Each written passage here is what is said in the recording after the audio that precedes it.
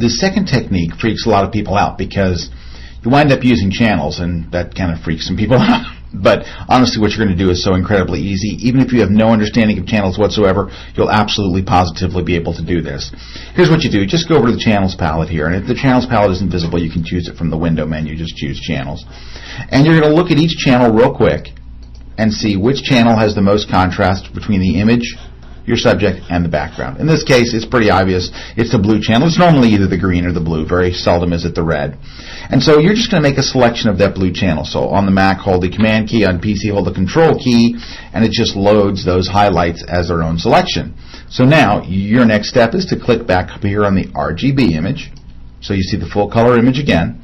Go to the Layers palette, and you're going to take the selected area, put it up on its own layer. Just press Command-J on Mac or Control-J on PC, and the highlights wind up like that up on their own layer.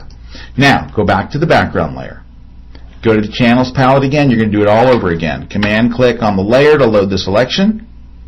You don't have to go back up and click the RGB image because you're already on the RGB image. The reason why you weren't before is because we had to look at each individual channel. But now that you know it's the blue one, you don't have to go through the individual channels again. Now, you're not going to just press Command-J to put it up on its own layer. You're actually going to first choose Inverse. So instead of selecting all the highlight areas, it's going to select all the shadow areas like that. So now it's going to select everything but the highlights. You're going to press Command-J on Mac or Control-J on PC to put that up there. Then you're going to do this. You're going to go over here and change the top layer to Screen, which makes the highlights very, very bright.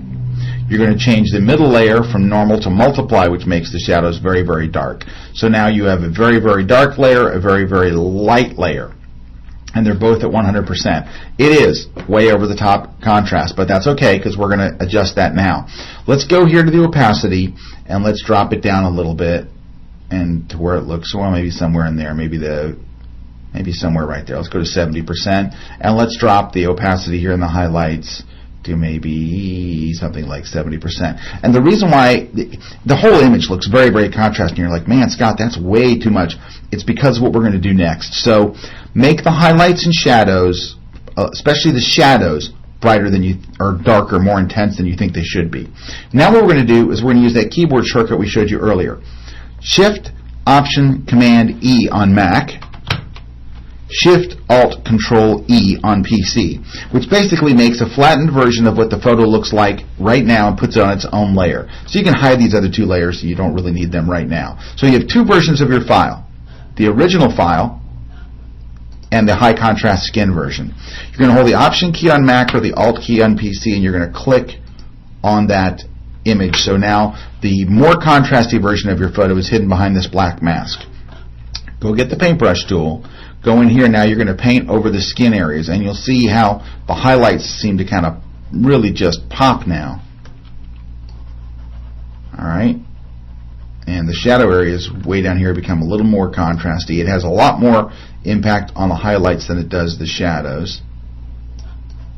But there you go. Now, if you were to go and paint on the hair, you'll really see, yes, it does darken the shadow areas, but there's not a lot of shadow areas in her face. It's mostly picking up the highlights.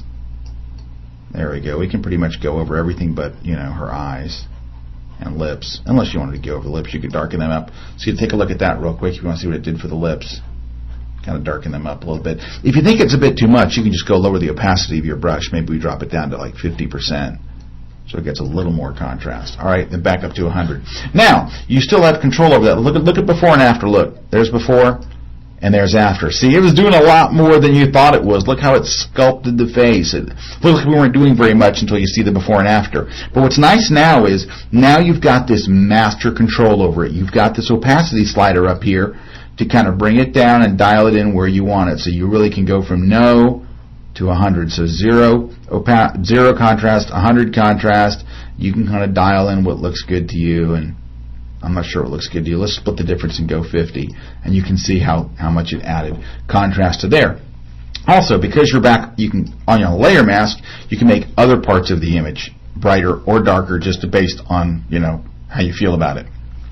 So there you go. You don't really need these other 2 layers anymore unless you think you're going to have to go back and adjust the amount of shadow. So usually, once I get it looking pretty good, I'm going to dump these 2 layers because it just makes my image bigger than I need it to be. So there's the second technique for adding skin contrast, the one that uses the little more complicated, but I think you get a little more control in the end.